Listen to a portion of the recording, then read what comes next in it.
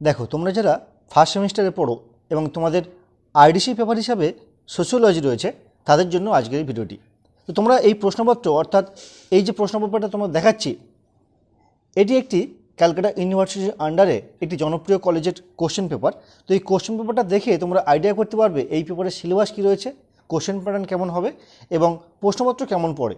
দেখো, paper IDC knowing Indian society, এই হচ্ছে তোমাদের সিলেবাস। তো এই সিলেবাসে 50 নম্বর পরীক্ষা হবে, 2 ঘন্টা সময়, দেখে নাও। এটি মূলত কলেজের, তোমাদের যে যা কলেজে পড়ো সেই কলেজেই পরীক্ষাটা হবে এবং কলেজের প্রফেসরের কোশ্চেনগুলো করে। দেখে নাও এখানে কেমনভাবে প্রশ্ন পড়েছে। যে কোনো দুটি প্রশ্নের উত্তর দাও।